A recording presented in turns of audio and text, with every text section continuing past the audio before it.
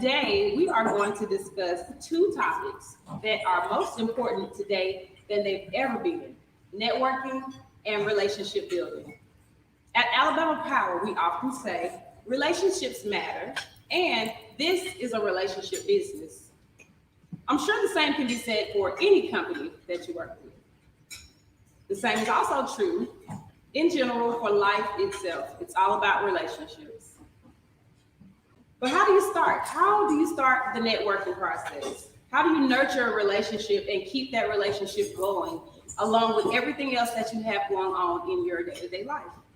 As young professional women, it is important to have this learnable skill and we are able to master it. So professional networking is at the foundation of mastering that skill. So today, without any further ado, we're going to dive right into a wonderful discussion about networking and relationship building. At this time, I would like to introduce you all to our moderator, Lady Wu. She is the around the way girl, the girl next door that Birmingham loves. She's everyday people and she makes sure that you know that before anything else. Your local Lady Wu is Birmingham. She's the voice that speaks her unapologetic mind all the time. And if you know Wu, you know that is true. From politics to relationships, her opinion is heavy in the city and her flavor is undeniable. She's known as Birmingham's sweetheart. With her straightforward homegirl interviewing style, she gets to what is vital and asks the tough questions while influencing the culture through education, entertainment, and exposure. She has a unique way of entertaining and uniting people while advocating and addressing the issues.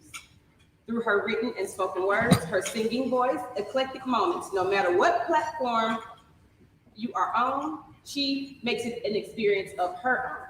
So at this time, ladies and gentlemen, ladies and ladies, it's just ladies. At this time, ladies, beautiful ladies, please join me in welcoming our moderator, Lady Wu from 94.9.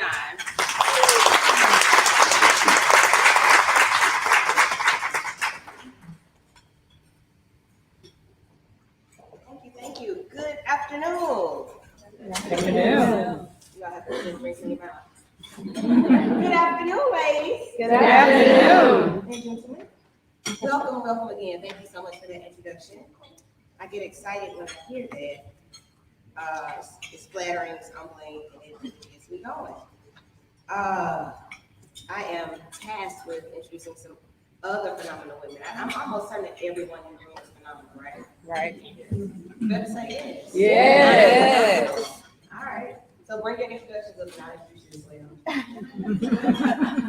The first panelist that I'm going to introduce this afternoon is Ms. Michelle Leroy.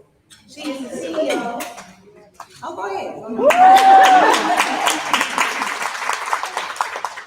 She is the CEO of LRY Media Group, an event production and media company located in Birmingham, Alabama.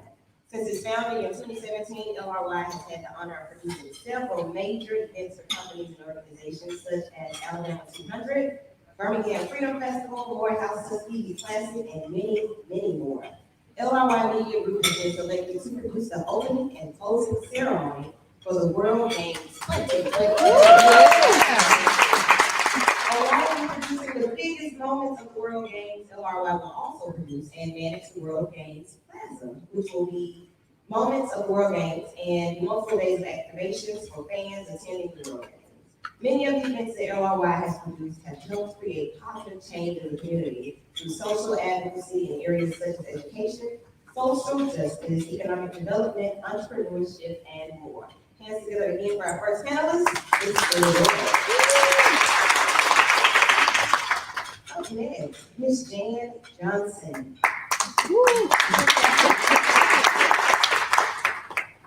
Jan Johnson is the Chief Operating Officer with Alaska North Star Resources, where she is responsible for the day-to-day operations of A&R's diverse portfolio of nationwide projects. Jan has experience in transitioning a large, complex program from waterfall to an agile development framework. Jan holds an associate's degree in information systems technology from the College of the Air Force, CCAF, a Bachelor of Science in Mathematics with a minor in Computer Science from Auburn University, Montgomery, and a Master of Science in Computer Science from Troy University. Jan started her IT career when she joined the Air National Guard before graduating high school and is an Operation Enduring Freedom veteran, having served a tour in Southwest Asia. Jan later served in the Air Force Reserve, where she was assigned at Robbins Air Force Base in Georgia.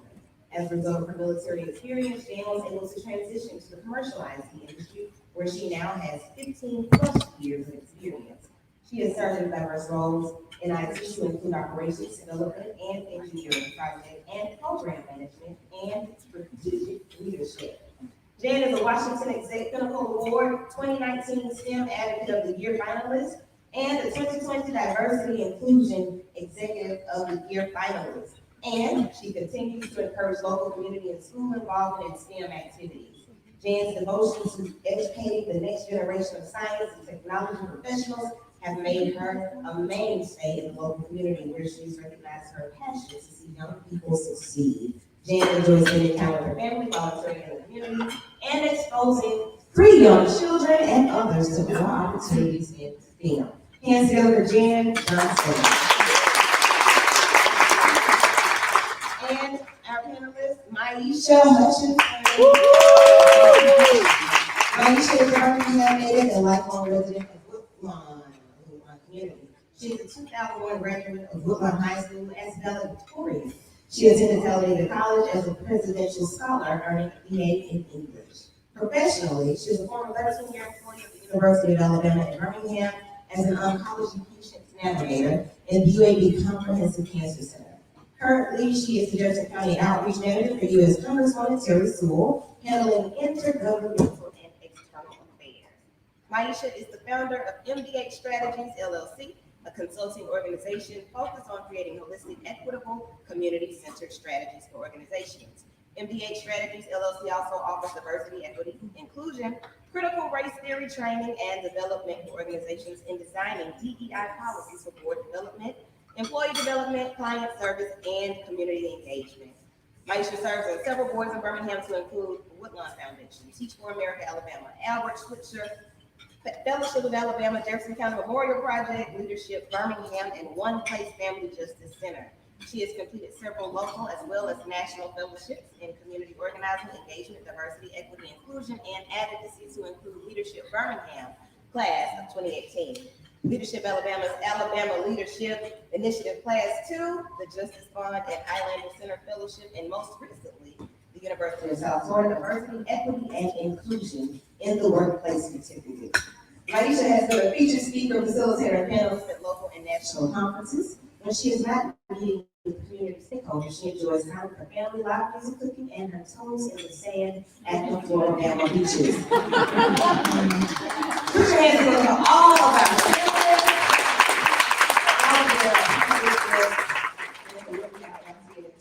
I think I'm supposed to come and join you here.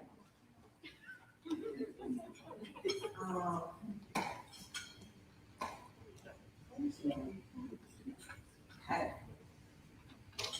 So we are talking about relationship building and networking. And I think all of us here, we're here because of relationship building and networking. Did anybody just meet somebody new today? Yes. You were networking. And possibly relationship building. That's always a huge thing. The first question, I looked at these questions, I was so excited. All of them are so great, and they're gonna bring about so much discussion. Y'all are gonna be texting about them as well. Let's see.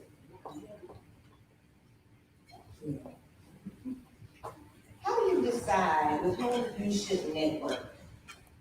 In a room full of people, like, how do you decide, well, I like her shoes, I like her hat, like, how do you decide? Rashida, if you don't mind, please be seated so I can look at you all. Thank you. I want to see you. I'm first. Okay.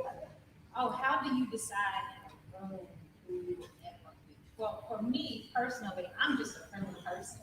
So when I walk into a room, I'm really looking for who's smiling. That's the first thing I look for, is who's smiling. And that's who I start to gravitate towards. But I think before that is understanding the room that you're walking into. Understanding, what is the event that you're there for? understanding why were you invited to the space. If you know there are gonna be certain people there, do a little research on the front end, if nothing else, like, who am I going to be in front of? So I think for me, it's not necessarily, I come in and I'm looking for something specific. I'm really on the front end trying to understand the space that I'm walking into first, to then determine once I'm there, what happens next. So understanding the assignment. That's what I'm hearing, okay? Aisha. Well, clearly they understood the assignment, but, this list was not public because you all are so special. Usually, if there's an opportunity for me to know who's in the room, I'm gonna research and maybe even put your name on Facebook or LinkedIn or Google. If, depending on how long I'm gonna be there, but I really am a person who likes to show up and meet people where they are, so literally where I lay my purse. So today I laid my purse and connected with my panelists. We have truly just connected within 5 minutes over stories. So I am a storyteller. I'm a natural connector. So that's sort of my story. But when possible, yes, I will Facebook, Google, LinkedIn, look up people when possible. Here I am with a completely different response. I am very introverted.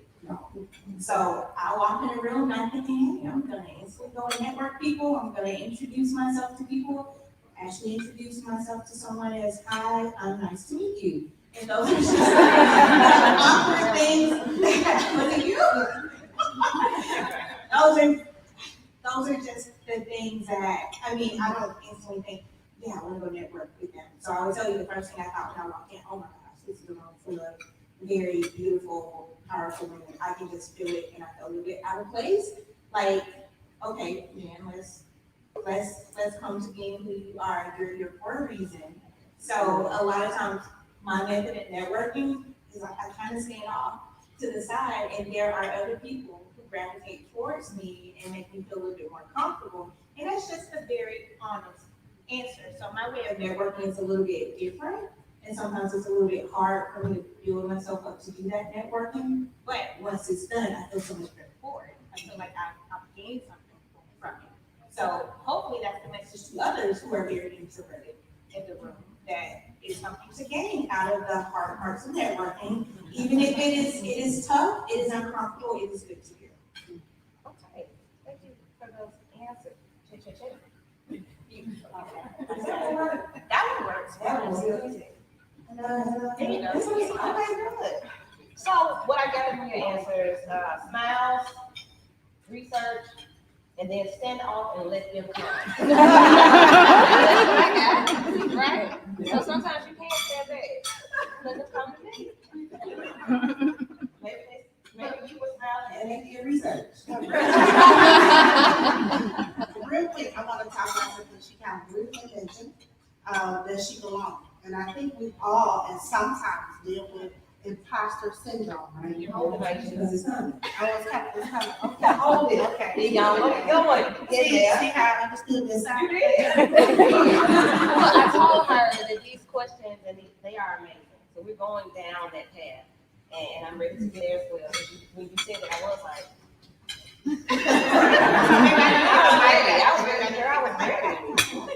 I was ready. Like outside of this, I'm a therapist, so I'm always listening for, so tell me more about it. I went straight to it. Let me get back to it. So, is it important to network only with people that are like you? And we know that that's not true. So why do we do that? I would first question. Why do we network with people who are more like us and not for other people who aren't as much like us?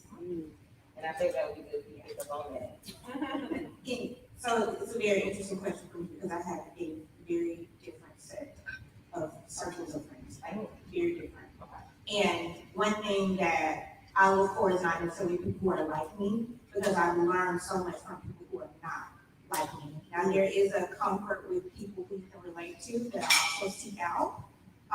But one of the things in networking with people who are not like you, I don't want to go to the cliche saying, but I'm going to use it anyway. If you're the smartest person in the room, you need to find another room.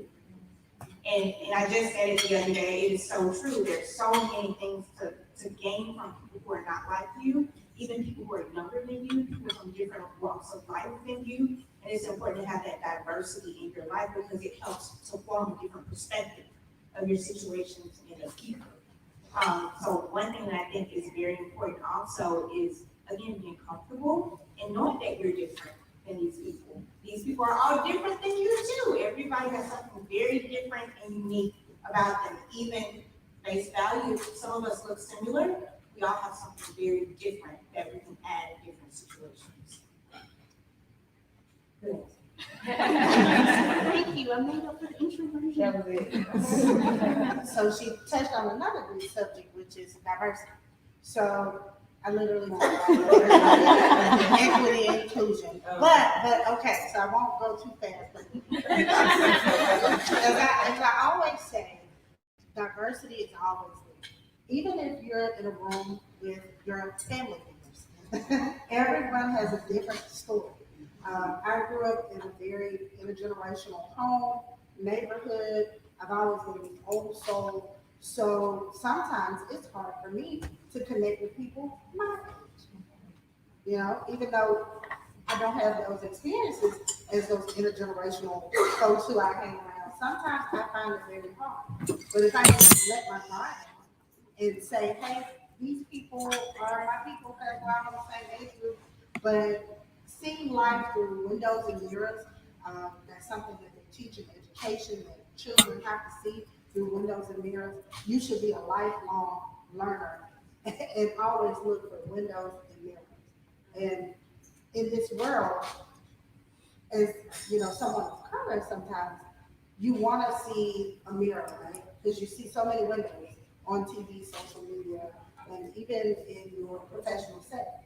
So it's good to kind of keep that level of diversity. But even if you're in the world with people who look like you, it's truly still diverse because everyone has a different story.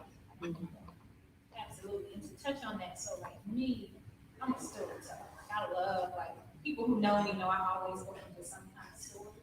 And so that's what I like about people who are not like me, is I want to know their story.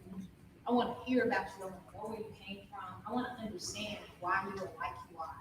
And so literally every space that I've been in since graduating from college, I've always tried to put myself in situations where I'm able to connect with people who are not. I love connecting with people who are like. That's the good time part, right?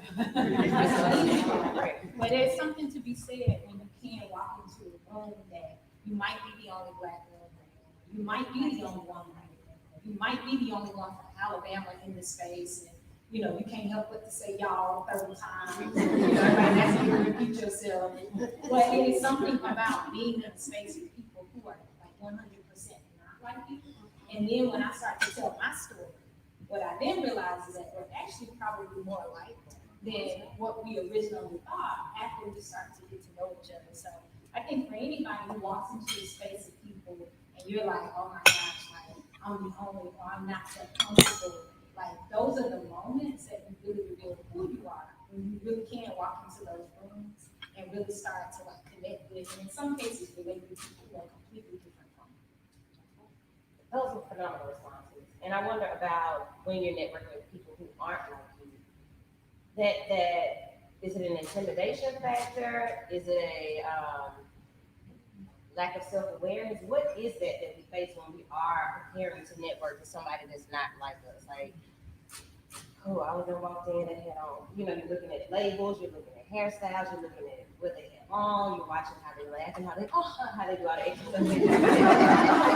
And so some people look at that and they're intimidated by it. And I look at it and try to see if it's real or not. That's how I'm looking at it. So I just wonder, like, what is that? Like, what is it that kind of makes us have to question which circles we're going to go and approach to network? Yeah, I'll say this and then I'll pass it to my mama always tell me people are just people.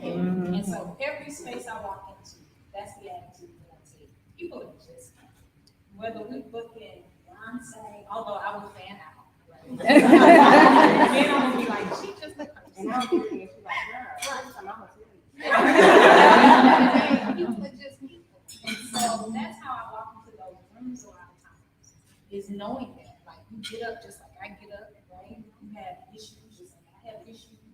You have great days, like I have great days, right? And at the end of the day, people are just people. You know? That's real. And I think I tried to live by the golden rule.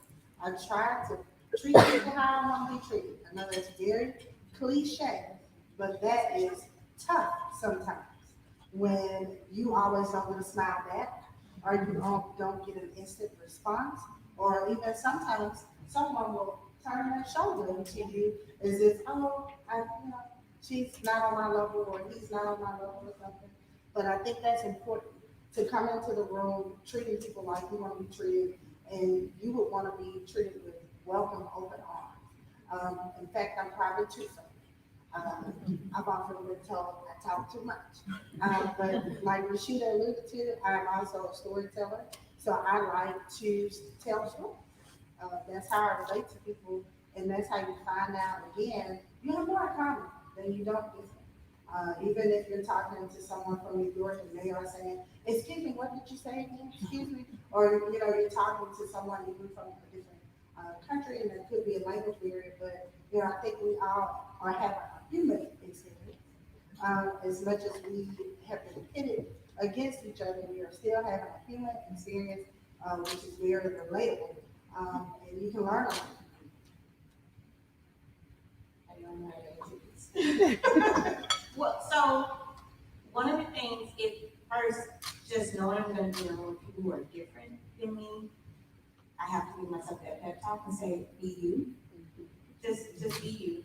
And what I find is that sometimes when you are your genuine self, somebody else will see that, and people are sometimes encouraged to be their genuine selves also. A lot of times when we go into a room with people that are different from us, we feel that we have to be a certain way, dress a certain way, talk a certain way, come up with these life stories to share as an instant response. No, it's too much work. It's too much work. So I'm gonna be myself, whether it's goofy, quirky, embarrassing. If I fall, I fall. Like you said, I'm human, right? Like what we talked about at the table, it might be one of those things. Y'all, we are really connected. So remembering that you are human is the key to being able to network in any space. I think so. And at the end of the networking, where you your genuine self as best as you could be, you accomplish what you need to accomplish. Okay. All right. What role does listening play in relationships and networking? Did you hear what I said? I did, and I will tell you. And I'm trying to know myself a little bit better because I know how I interact with people, but being very introverted, I'm very observant. So I tend to listen a lot more.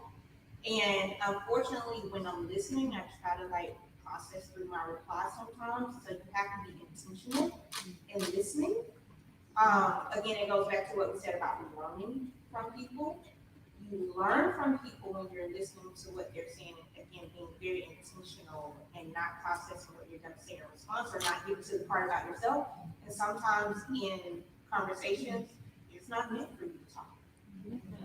And sometimes some of us have to be okay with, you don't have to talk in every single situation. You don't have to get to your point. You don't have to share anything that you've been dying to share in that situation, and that's totally okay. That's hard. I It is a skill that I am still working on as I develop emotional intelligence, especially when I am facilitating conversations. I want to give so much, but it doesn't work unless someone is also pouring into you. I think as women, so often we develop burnout. It's because we feel like we have to pour so much out of us, and we're not taking enough in. And that comes through listening. And silence is okay. People call me all the time wanting to, talk, but they don't necessarily want a response from me. Most of the time they get something. That is an important skill, and I think we develop it throughout our lives to truly listen, to understand, not to respond, right? It's hard. I work on it every day. And when I don't get it right, please show me grace And as I want to show other people grace, again, we're still having this human experience. But high level emotional intelligence, working on that, controlling that, because it feels so good to pop off, right? Quote, it feels good to say what's on your mind. Sometimes it really doesn't for me. I know people like, well, I'm gonna say something just because, but I like to sleep at night. I have a real conscience. So I like to do right by people. So if I don't feel like that interaction went well, I'm probably gonna rethink that in my brain and, retool myself. How do I approach that situation if that happens again with that person or someone else? It's a constant fiat. It's a constant process. Yeah, what's so interesting, I'm in the business of listening, right? Like everything I do every day is somebody else's request, right? Or I'm having to be responsible for somebody's event or somebody's logistics. And so I learned a few things. I learned that listening sometimes makes you more of a servant, right? Because you are literally there to serve somebody else. And I really do, I find pleasure in serving. Like at the end of the day, when we finish an event and folks are like, it's great, we love it. I love it, right? Not because like I want you to give me all the accolades and kudos, but because it was great for you. So I can't do that if I'm not listening. I also think listening sometimes is emotional, right? Because we're always in this state of defense where we feel like we have to prove ourselves. And so when you're listening, a lot of times, it's like you can just sit still and then determine how you need to respond. Doesn't mean you have to respond in that moment, right? Because I also tell myself, don't be an emotional responder. As soon as somebody says something, I'm ready to go. And whether it's good moments or bad moments, like I still try to say, okay, let me step back, let me take the emotions out of what I'm hearing, so that when I respond, I'm responding strategically. It makes sense. It allows us to determine what we want next, right? And that's how my mind works. So for me, I've had to work on that. I want to be real clear that I didn't come into this world, right, always with this attitude. It was just like, I'm ready to say what I got to say, so I just need you to finish, right? And so now it's just like, okay, I want to hear what you have to say. I want to take a minute to make sure that I process it, so that when I respond, it's a thoughtful response. It's what you either ask for or what we're talking about. Because sometimes I think some people just love to talk, and like you didn't answer my question, I didn't get anything out of it, and now I feel like I'm back in the same situation I was in before we actually started talking. So I'm like on purpose putting myself in situations where I have to listen, and then I have to respond, but in a very thoughtful way. Those are great. And everything that you all said was 100% accurate, and it was striking things for me, not only for the answering of this question, but for the next one. So on that one, talking about listening, there's this concept that I teach, assertive communication and active listening.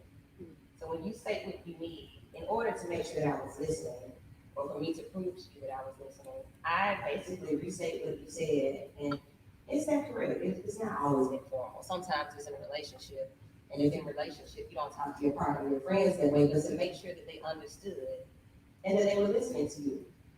So active communication and assertive communication, active listening is a trade of skill. So I'm just so happy to hear that we're paying attention to how we do that. That's important because I'm just out here talking and not knowing if you are listening or if you're understanding what I'm saying. What's the purpose of me speaking? Ain't no purpose. Girl, hush. Just what you say. And what we talking about. Who you talking to? And what did you want from me? Okay. Active listening, assertive communication. So the next question is just like equally amazing. How many things do you do, Maisha? What do you mean? How many things do you do? I do life. You do life, so whatever comes in that, that's what you do. I address it as it comes, but Just your answer. short answer. Yeah. Okay. I do community. You do community. All right. Jan, it's an inevitable question. Like, what do you do? And how many things do you do? How do you answer that? Networking. When you're outside, how many things do you do? I'm still trying to figure it out. Like, I'm like, I have these conversations with my coworkers because I feel like when I say my title, I have to prep to say my title, and then it's totally unexpected. Okay, so you have to try to figure it out. Is it based on setting? See, now, why does it work every time I pass it?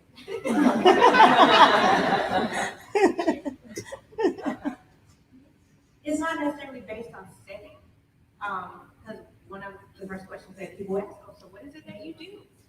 A lot of times people are curious, a lot of times people are kind of nosy, because they, I'm being honest, people are nosy too. And you don't want to generalize what you do, don't want to discount all the important things that you do. Okay. You want to be proud of what you do, so I am working on being proud to share what I do, because the thing that I love about sharing what I do is because it is totally unexpected. Okay, so hold on. Mr. Word. What do you do? How many things do you do? So, when Maisha said community, the first word that came to my mind was business. Right? Like every day I wake up and I do business. I like it's very transactional, right? It is, here's the service, do you want it? If you do, here's the process. Right? So very, very transactional on a daily basis. When people ask me what I do, right? I've summed it up to this. I say I provide solutions. Oh, I like that. Because at this stage, I don't care what it is, right? There's a solution that we can provide to whatever that situation is. So those would be my two words. I do business and I provide solutions. Those are good. Anybody write those down? So now you know what to say with somebody else. I do what I do. So, okay, you know, because I'm serving as, you know, moderator panel. So when asked what I do, it depends on where I am sometimes, because it may be important that I'm a flow professional in this setting. It may be important that I'm a radio personality in another setting. It may be important that I'm a teacher in another setting. So where am I? And then what do I say? So I think I'm going to say it depends on where I am and what they need in that moment. And then if they want to know more, I will send them to go talk to Miss Lori, because she finds the solutions for me. So go talk to her. That's what she does. So go talk to her like I do. I mean, right? You network. If that's what she does, and I don't know what to tell you. Leroy, somebody comment and see what I do. And they're having an event, and they want me to do something. Could you find out what that is for me? Cool. Right, that's it. She's handling it. That's how we use our network. So why is having an elevator pitch important then? Because we're talking about all of these things that we do. An elevator ride like that one out there, that's 31 feet. And you know, you think that one might last 30 minutes, but it doesn't. It's still only lasts about 5 minutes, which means we're going like 100 miles per hour. What do you say in that moment, in those elevator moments? Why is it important to have something brief to say? So on a more formal note, I do governmental affairs, and I am a former packager. So a long time ago, I was taught about this whole personal narrative, story of self, us, and now. So that has to be an elevator speech that you can adapt to say within 30 seconds, or you can adapt to say within 5 minutes. If you're like really trying to advocate for an issue, if you're running for office, or if you're making a business speech. So self, you say a little bit about yourself. I'm Maisha. You say a little bit about us. This is my proposal that we can work on, and now you actually make the act. That's hard to ask people. Join me. Vote for me. Support me. It is hard to ask people, especially when it's something that you hold tight and it's your idea, because you're now allowing it to be critiqued. So when I think about an elevator speech, I just think of this personal narrative that I learned years ago at a political boot camp, self, us, and now. And how does that transform from 30 seconds to 5 minutes, depending on the setting. And you're right, depending on where I'm at. I'm going to say I'm in governmental affairs. Depending on where I'm at, I'm a DEI practitioner. It does depend on the setting and how you're relating to people. But ultimately, I'm a community connector. Anybody who knows me in this room probably knows me through community. A lot of people, well, what do you do for a living, Maisha? I don't even know where you work. Because I'm so embedded into the community where I'm from, in the community, the larger community of Birmingham, in the larger community of the state of Birmingham.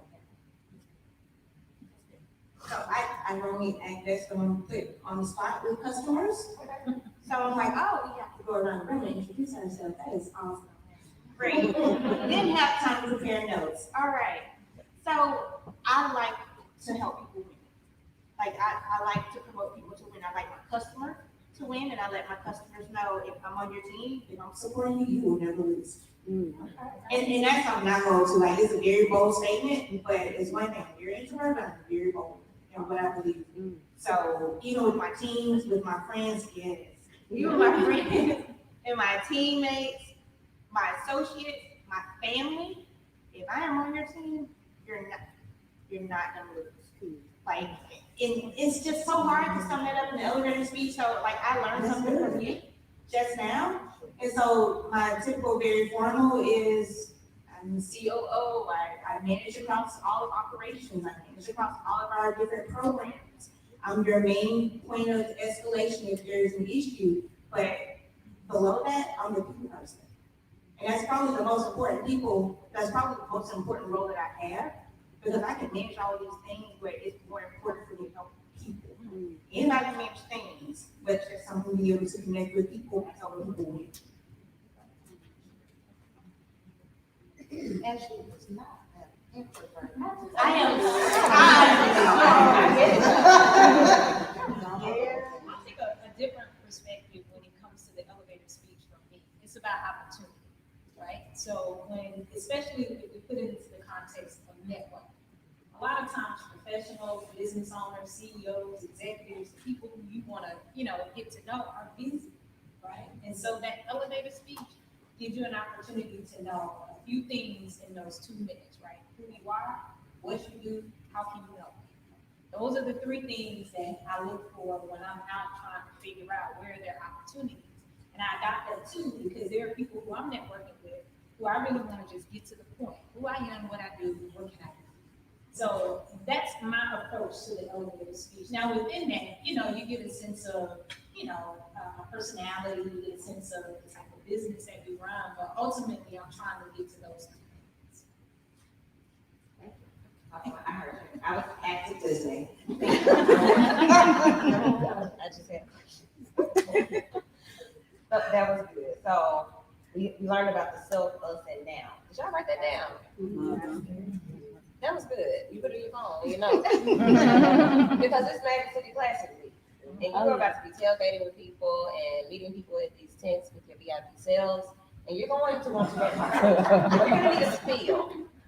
So those are your tips. Thank you, ladies. I need to talk. You got mine? I got you. Thank you. All right. So then we move into the relationships that we already have, how those relationships are nurtured, how we communicate within those relationships. When I get tired of relating to you, oh my goodness, all of the things that come with what we do and who we are, being involved in the community after time seeing y'all, sometimes I just want to not see you. I don't want to answer emails, I don't want to respond to text messages. Don't we have those moments? Yes. Like Monday through Friday. How have you been able to maintain relationships over the past year and a half? That's the question. That's it. That's the pose. That's the question. I will ensure that you I was well, it's so funny because like COVID was just different for everybody, right? And like one day we were all together, and then the next day there was like not a single car on the street. I came downtown one day. I was so fed up with being in the house. It was either jump off the balcony or get in the car. We're glad that you got in the car. I was on the second floor, so I got in the car and I came downtown. And there was like not a single person, not a single vehicle. And it was like, how does the world just shut down? So that was one thought. So when I think about that question you just asked, true relationships is getting to know people. And everybody has a different personality. They have a different way they like to connect and keep in touch. And so if you're intentional about your relationships, you learn that about the people who you build true relationships with. So in my business relationships, because I'm intentional about it, I know the people who just need to see an email from me every now and then. I know the people who I need to pick up the phone and call. I know who I need to take a chance with and say, hey, meet me on 280, ain't gonna name no names, who's at this little Mexican restaurant. Right? Like, I know based off of being very intentional about building the relationships, how I need to govern myself with people. So I think as you're building all of these different relationships, because people are just different, you're different. You learn personalities and what you need to do to maintain. So I think that's probably my approach to maintaining the relationships. When COVID hit, a lot of what we did shut down. I mean, it was really a question of like, are we gonna be in business in a year or two? And what should we do in order to make sure that that doesn't happen? So for me, it became a total change of thought. It was like, we talk about pivot. Somebody said to me once, pivot is a basketball term. It is when you literally stop and go in the other direction, but what do you do when you go in the other direction? And so that was what I had to come to terms with. It was like, when I pivot, what do I do after that? And those relationships that I was very intentional about, that's what got us over the hump. It was like, we got you. Just tell us what you need. So I would definitely say, really understand the people you are building relationships with. And it's not always, what can I get out of you? What can I do for you? What can I give to you? How can I help and assist you? And that was my whole thing during COVID. It was like, let me just get everybody on the line and figure out what can I do for you with the resources that I have. What can I do for you? Those resources that I have. So that was your year and a half perspective on maintaining relationships. Maisha, how did you do it? Well, I think Rashida said a lot that I agree with, but can I just be very transparent real quick? I think you should be. Okay. I didn't know how much I needed to break from people as an extrovert. The tragedies that we witnessed during the pandemic, be it socially, from a health standpoint, from an economic standpoint, I know people had major losses. But I did not know that I needed a little bit of break. The people person, the community connector needed an opportunity to just be remote work. Flip channels when I wasn't remote working. God knows I don't ever get a chance to watch TV. So it was a different period for me. However, staying connected to those who I am in true deep relationship with was a lot of GroupMe, was a lot of Facebook, was a lot of Instagram messaging. Something sometimes I can't keep up with because of my community connection skills of being here, there, everywhere. It really allowed me a chance to slow down, be thoughtful, meet people where they are, and not rush all the time, right? Not just do the elevator speech, but be thoughtful. Give, thoughtful time to people. I heard you said this, so hey, can I do this for you? And, whether it's just mailing you something. So for me, it really gave me the opportunity to meet people where they were. And I know a lot of people dealt with loneliness. So I'm an extrovert that's also an only child. So I often get asked, do you deal with loneliness? Actually, I don't. And I didn't know I needed that break from people. But I'm glad to be back out. And I feel like it rejuvenated me. So those relationships were important. And I've been very transparent with my friends about that. Look, I don't want to do that. I've had a little bit of anxiety about going back out. Like, I've kind of enjoyed this time. But I need people. We were built for relationships, right? And I think the people who survived during that time of pandemic were the people who are truly meant to continue as chapters in your life. Right. I need you to survive. I would say that we don't anything, but I won't do that. I'll take it over the picture. So the interesting thing for us about the pandemic is I feel like it allowed me to show people that I'm a real person. I'm constantly work, and I always joke with everyone, if you know me professionally versus you knowing me like personally, you'll think I'm two different people. Like you see me on Facebook, I'm the mom, I'm at all the events, I'm volunteering, I'm doing all of these things, but at work I'm a totally different person. where when the pandemic came about, people got to realize that, hey, my kids are gonna be over my shoulder on my Zoom call. I'm a mom.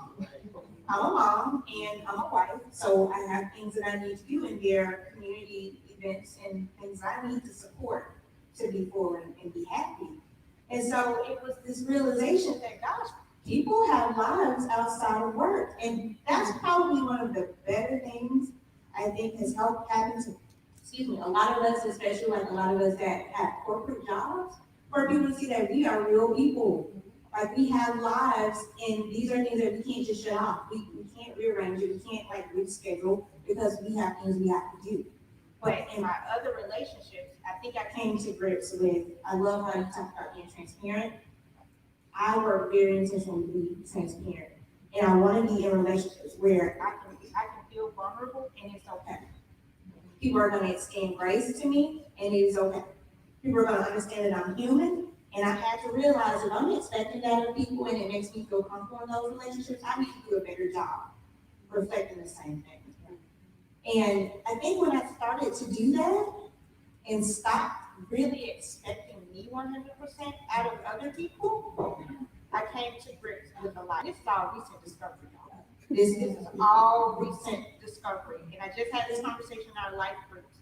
That sometimes it is hard to stay in a relationship that don't work, but every relationship is not meant to be two-way.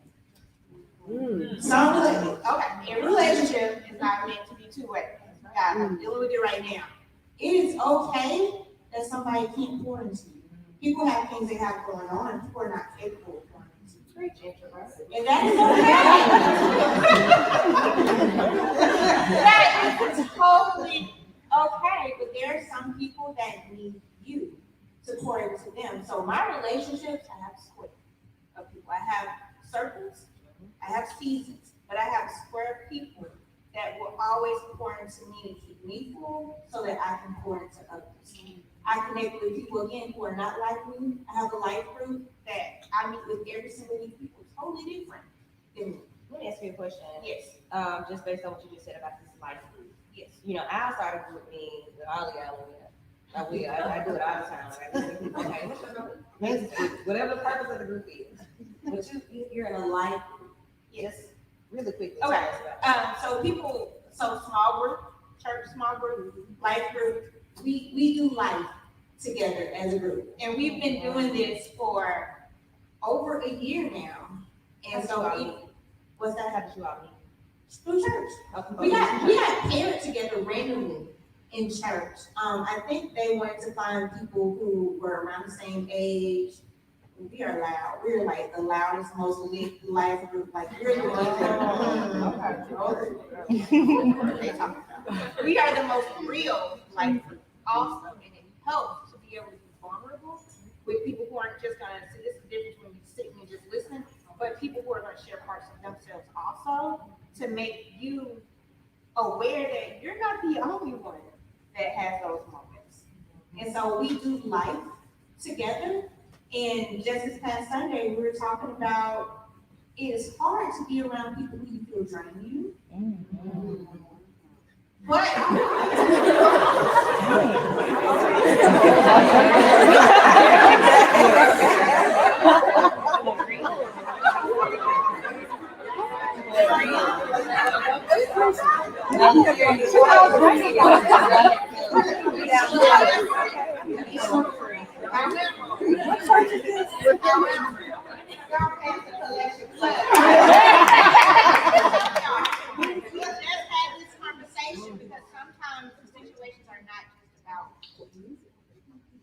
sometimes people need to get things from you. But it's very important that you have relationships with people that respect you and you can be vulnerable with, that extend grace to you and that can pour back into you so you can be capable of pouring into somebody else that needs you. But it doesn't have to be two-way. Keep that other street blocked off. Thank you. So That was a lot. I wanted to ask about the life group just because these moments like this, you can find people that you may be with for the rest of your life. And it comes from networking and building relationships. That's the whole purpose of the conversation. So being able to embody these moments, embrace these moments, and get your phone out and take pictures and send messages, and you never know what can come from it. Promotions, jobs, opportunities, trips. business deals, all types of things, just from getting out of that, get out your head, get out of your head and live and get in a life. We need support. We need each other. We need support together. Make sure I get you to start doing our own. You know, we used to sing in the choir. together. I know. You better tell them. I know. And then community youth class. So we made clothes. Can we close one of our You all have been amazing. One more question, then we're coming to you all to get questions from you. Rashid, I want you to start this off about being yourself. We've been talking about it the whole time. I think every answer went to how important it is to be yourself, to know yourself, to find yourself, to be assured of yourself. You're always by yourself, but then we put ourselves with other people, and it changes. And I'm so intrigued by that. That's why I do what I do. I'm like, well, why are you being different than these people? But yesterday you were out here acting like somebody I didn't know. How did you do that? I want to know stuff like that. So to that question, we've all heard how important it is to be yourself. Why is this so important when it comes to everything that we discussed today? I only know one way to show it, and that's me, right? Like how I talk, how I dress, my hair.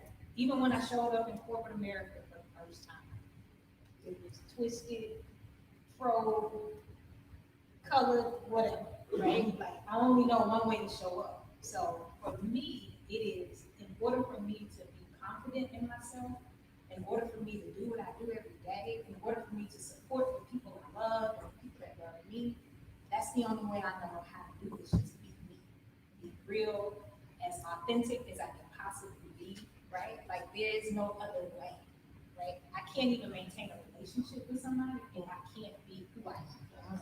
If I can't joke with you how I joke, if I can't talk with you how I talk, if I can't cuss when I need to cuss. So if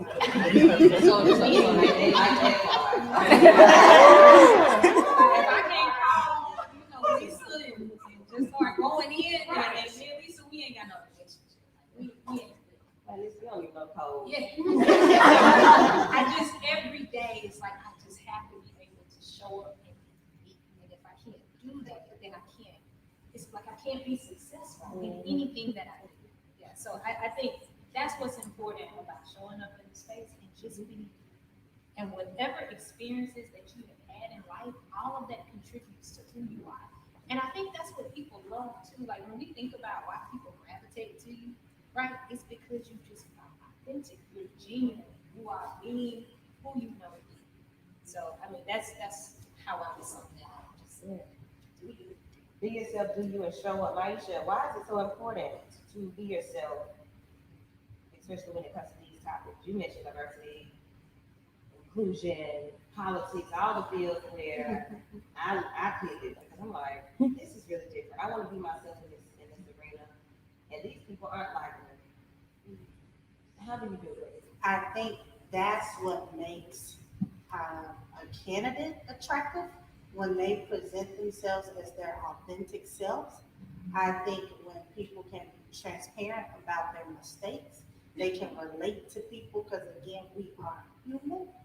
I think I'm like Rashida. If I cannot show up and you get in my car and my playlist goes from Donnie McClurkin to Moneybag Bill. If you don't understand me, you probably don't need to be in my circle. That's just honest, unless you're my mom. And I got a totally different playlist. Okay, but I do think that's important, and I think leaders, winners, quote unquote, are genuine people, right? And you hope that when they get in these positions, CEOs, things like that, that they do not change from their authentic selves because their authentic self is what got them to that point. And it's important. I was listening to a TED Talk where we do get to these places that we don't just climb, that we live. And I know that's cliche. We hear that all the time, but there's a really good TED Talk going around a couple of weeks ago. It's like 5 minutes time. And she really dug deep into this whole DEI thing. And that if you're the first, that's great, but you don't need to be the only. And I felt that because I see that so often that we don't remember that there's space for everyone. Because everyone brings a uniqueness. I don't know everything. I'll never know everything. And you're only as good as your team and the people around you, people that pour into you. So that's important that you present as your unique self. That's the sale. That's the line. Period, as they say. It's you. You said it. Thank you. Jan, so I read in your bio on Alaska. And I'm like, okay, so how are you yourself? What is that like? So we are a subsidiary of an Alaskan Native corporation. Write it down. Our headquarters is out of Sitka, Alaska, but we, as a subsidiary, are headquartered in Montgomery. Oh, But I will tell you, we thought you were over in Alaska.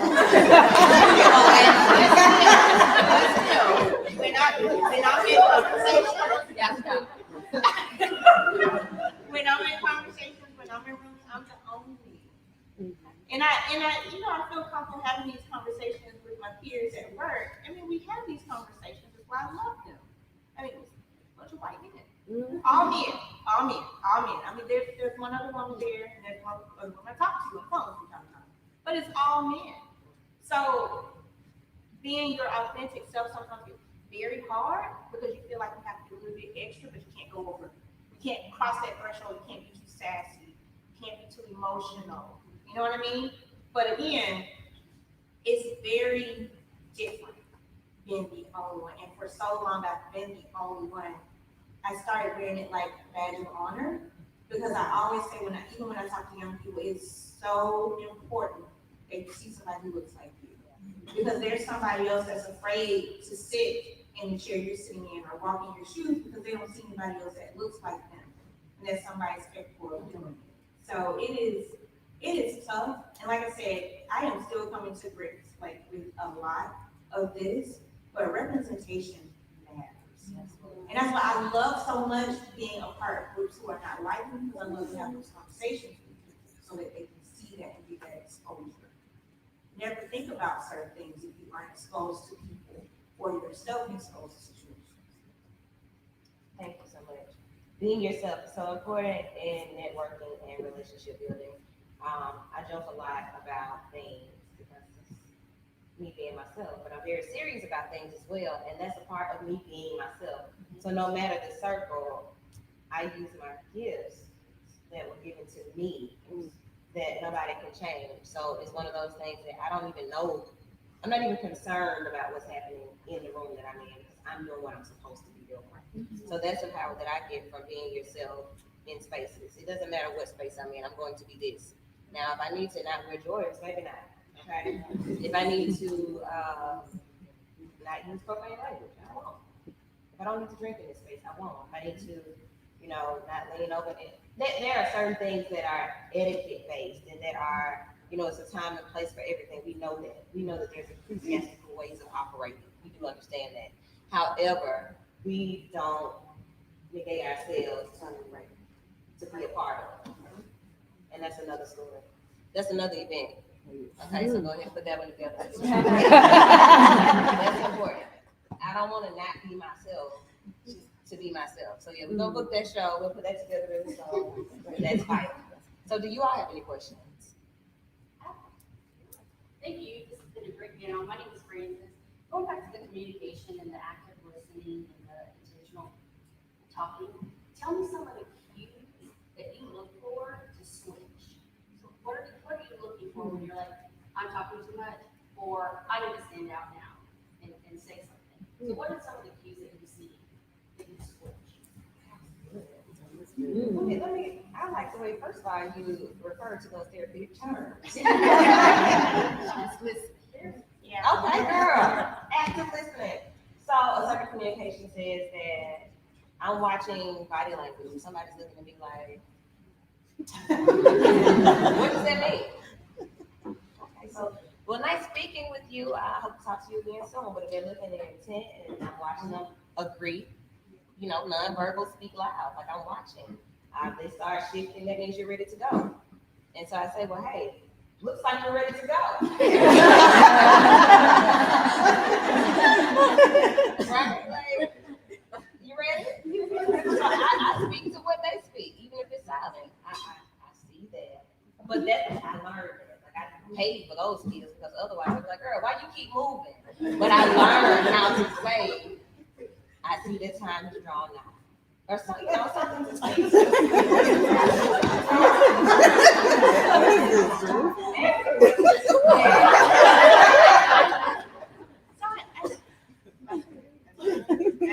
That's good. It's time to draw. That is good. Maybe like a little bit, so in my more personal relationships, something that I've started trying to be intentional in doing, if someone is having a conversation and clearly they have something that they want to talk about, and I don't know when to jump in because you can't always see those cues, especially with my husband, we started doing this thing where, okay, do you need solutions? Or do you just need me to listen? And then the greatest thing I saw somebody post on Facebook, another Facebook friend said they do the same thing, but they also say with do you need solutions is okay, so what have you tried? Because sometimes when we try to give solutions, it comes across as we may be a little bit insulting to people who have tried a number of things already because they're smart people. They're very resourceful. So when you can't easily see those cues, and maybe in your more personal relationships where you feel comfortable, try. Do you need somebody to listen, or do you need solutions? And what have you already tried? I think some of the social cues, of course, the body language, but also listen, so in a formal setting, I set groundwork if I'm doing a talk, like you plus two. Like if you're in a meeting and you're running a meeting, a professional meeting, this is something you can put in at your companies or wherever. Community organizing world tells me you plus two. You have something to say, burn. You wait till two other people have something to say, question, response, and then you circle back around. And if it's burning, you always want to make space for people. Again, I'm still learning that. It's the extrovert, is the problem solver that loves to help people. That help is hard to step in, but you continue to watch those cues, watch the room. Like if I'm doing a workshop, I know when someone's not speaking, and I will say, "Hey, I'm gonna start calling on you," as if we're in fourth grade. So I want to hear from you. But then I also make space where I go around the room and help. Now, in an informal setting like this, I'm still kind of using those skills. Like earlier, I was talking to a group of 3 ladies, and I was thinking, I've heard from her, I need to hear from her, and then I'm going to circle back to me. I have to prompt myself. It's something I could have to continuously work on because I will overtalk and people will be like, we're never calling her. My approach is, I agree, the nonverbal cues, I do this a lot when people call me sometimes. It's like, hey, what role am I playing today? Am I providing you some advice or a solution, or am I truly just listening to what you have to say? But a couple of things that I pick up on, the number of times people ask a question, and they ask it a number of different ways, it means that that question clearly is not being addressed or answered in the way that they are intended. So I think that's one thing to pay attention to. The other thing I find that's helpful is sometimes when conversations don't advance like I think they should, then I put stuff in writing. Because I think sometimes we're better at writing what we're thinking than when we are in the heat of a conversation or even in a meeting where, I'm thinking something, I don't know if I should say it because I'm like reading this room and it's going south real quick. Then I'm going to step back and I'm going to put some of my thoughts and the things that I see in an email or in some type of written communication that then we can start having these exchanges about and start to provide clarity. So that's been my approach, but definitely body language. And then I do say sometimes, okay, well, I see you trying to rush me, so let me do this. You say you're trying to rush me, like you make it personal. Yeah, sometimes. I'll do this stuff for it. Okay, girl, bye. Even in my space where, it's like, all right, well, this ended 30 minutes ago, and, y'all still in here. It's like, well, I come to a little back. Yes, if I do that to you, it's time to go. No taking. No taking. Other questions? You say that. My name is Jasmine. Hey, Jasmine. And like you all, I'm busy and my foot is in many doors. I'm involved in a lot of things. So how do you manage your networking opportunities? Because you may be a part of this organization or this company and this one too, and you may be a student. So how do you manage when you have a full life? With the network, with people who help, with technology, with prayer about what to take, what not to take, by listening to my body, girl, you cannot. By looking at my children, or looking at my daughter and her response to me saying that I'm going to do something else, but you just did two things and I need you to do this. Looking at my outfits and shoes, how many more do I need to buy? So y'all want to see the same thing too. Looking at my budget, how much do I want to spend when I get there? What am I going to have to do to prepare to go? This may not be the opportunity for me, so then I call Rashida, hey, got an opportunity. That's real. Passing it on. Yeah, man. Yeah, I would say this, you don't have to be everywhere. I think early on in my career, I felt like I had to be everywhere. First thing that happened was I gained 15 pounds, because everywhere was food and alcohol, right? But just like mentally, I got so tired and I was just drained. I was like, I'm having to smile, I leave a function and my mouth hurts. I'm losing my voice and my feet hurt. And so I realized, at some point you don't have to be everywhere, right? So pick and choose. Like if it's something that's important to you, definitely go with that. If you're supporting people, definitely support your people. If it's gonna help your platform, do that. But like I was getting so much, and there are a lot of folks in the room that can't relate. I mean, like the email was blowing up every day. There's a networking this or networking that, or somebody needs you here, somebody needs you there. So I started being real intentional. It was just like, where is that opportunity that I'm really looking for, or who am I really supporting? And then I started determining from there those things that I needed to show. And I think it's always good to do a purge. Sometimes seasons in organizations, volunteer opportunities, my time is up and I'm reclaiming my time. And I'm gonna get it back. I'm gonna use technology to keep up with it, but I'm like Rashida, I was on a great exercise eat regimen during the pandemic. And now I'm a little fluffier than what I was, than what I want to be. And I have to say consciously what changed. Well, outside trying to open back up, right? And I kind of got out of my routine. But you best believe it, I was feeling good in my routine, so I'm gonna get back to it. So I always review. I do like a quarterly review, like, am I, purposefully in this organization? Is it time for me to part ways? If I come to the end of the road, and saying goodbye to people is good, but you don't have to, necessarily, cut ties completely. You can still support organizations with money, volunteer time, or not serve on boards and things like that. I would say, even if you don't do it quarterly, maybe twice a year. And being intentional about showing up for people who are in your immediate circle. That's what matters. Showing up for family when it's time to show up. I am sometimes clean up. Yeah. And guess what? It can be no without an explanation. It can be no without an explanation. I am learning that the hard way, but I'm completely transparent, y'all. I go through these periods like every 2 months, and I drive my husband crazy. I would have a mini meltdown because I have taken on too much. And who does that impact? That impacts the people in my house that mean the most to me, and I mean the most to them. So everybody else that needs you and that are pulling on you, they're gonna be fine. They're gonna find somebody else. And when you say no, they're gonna move on to find somebody else. And sometimes you're in seasons where you just have to say no, and you don't have to think through an explanation. But the things that you say yes to, make sure you choose your yeses carefully. Just like the people in your relationship should fill you up, your yeses should fill you up also. Like this, in a heartbeat, I was like, well, I need to double check and make sure everybody's good, but it is a yes. It is a yes because this is important to me. Kids are important to me. Like having that representation to see that you can do something different.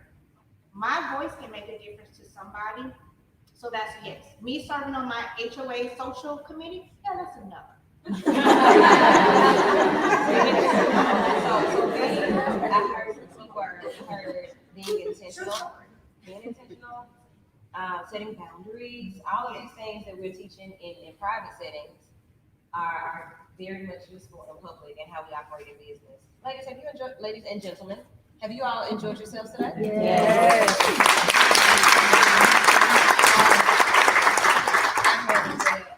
I had as well thoroughly, and I know that time is drawing nigh. We're gonna bring Miss Kayla back up, but if you all want the opportunity to network, I think now you have all the skills and tools that you need to do so. So we should all be here very much connected as we already are. I'll be over in the back, trying to practice again. I'm just playing. But thank you all so much. Can we give Kaylin a round of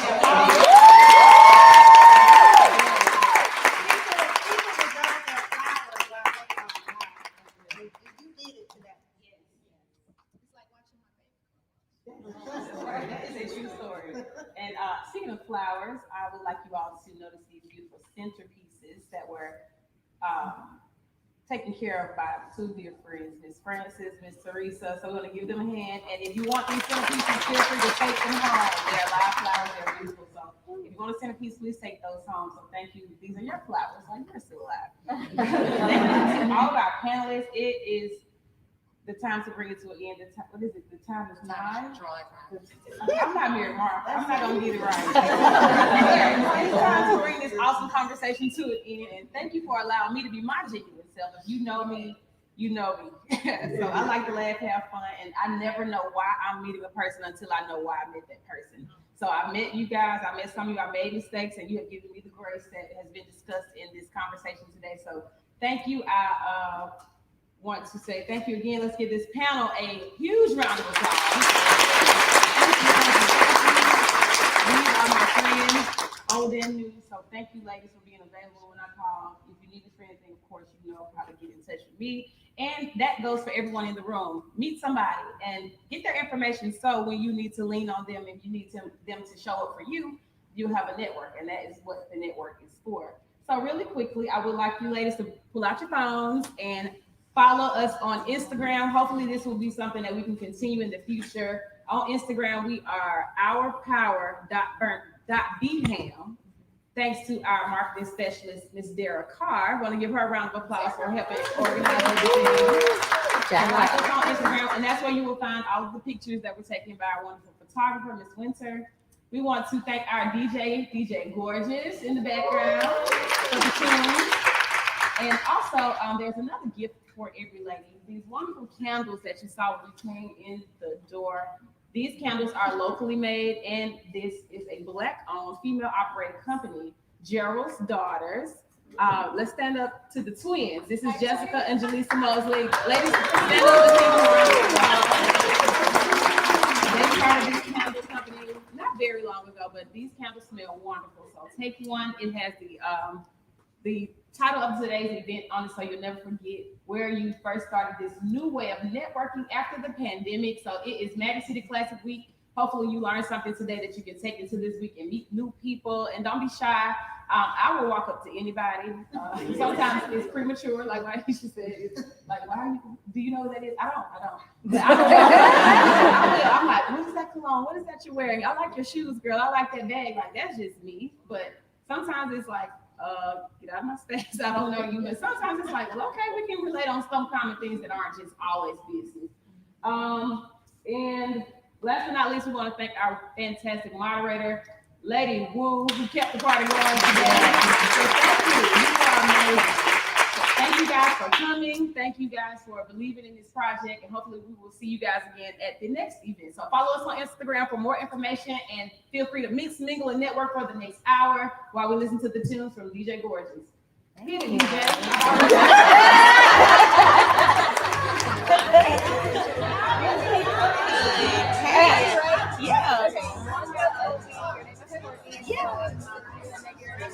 Oh, yeah. Hi, Dara. This is really good. Thank you for getting it together. So, your information now. Did you want to keep that on the show? Yeah. I'm proud of you.